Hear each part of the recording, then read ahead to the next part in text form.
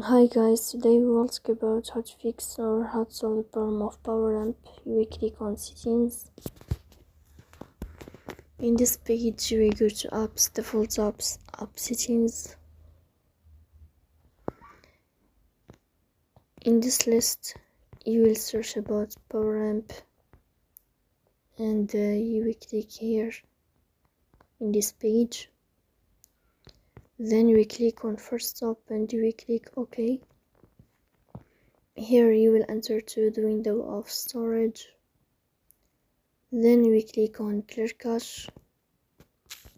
In the end you can turn off your phone and you can restart your phone again.